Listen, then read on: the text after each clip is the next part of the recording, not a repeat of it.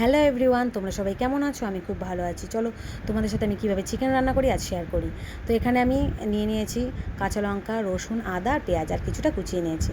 আমার ঘরে টমেটো ছিল না বলে আমি অ্যাড করতে পারিনি, তোমরা চাইলে অ্যাড করতে পারো। তো এখানে আমি দেখো আলুটাও কেটে নিয়েছি। চলো মশলাটা করে নিই। তো এখানে মশলা হয়ে গেছে আমার, তো কড়াইতে আমি তেল দিয়ে দিয়েছি, তেলটাও গরম হয়ে গেছে। তো এর মধ্যে আমি একে একে আলুগুলো সব ছেড়ে দেবো।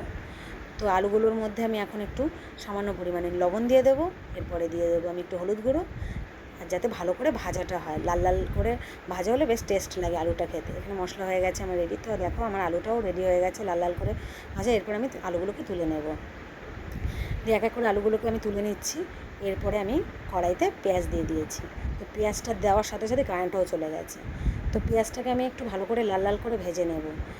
ভাজার পরে আমি এর মধ্যে মশলাটাকে দিয়ে দেবো। তো আমি মশলাটাকে ভালো করে নেড়ে চেড়ে নিচ্ছি। তো এর মধ্যে আমি হলুদ গুঁড়ো দিয়ে দেবো, তারপরে দিয়ে দেবো নুন, তারপরে দিয়ে দেবো গোলমরিচ গুঁড়ো, এরপরে একটু লঙ্কার গুঁড়ো দিয়ে দেবো কালারের জন্য।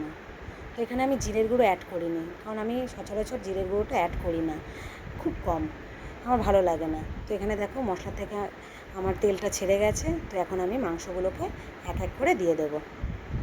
তো মাংসগুলোকে সব কটাকে ছেড়ে আমি ভালো করে মশলার সাথে মাখিয়ে নেব, যাতে মাংসর গায়ে সব মশলা ঢুকে যায়।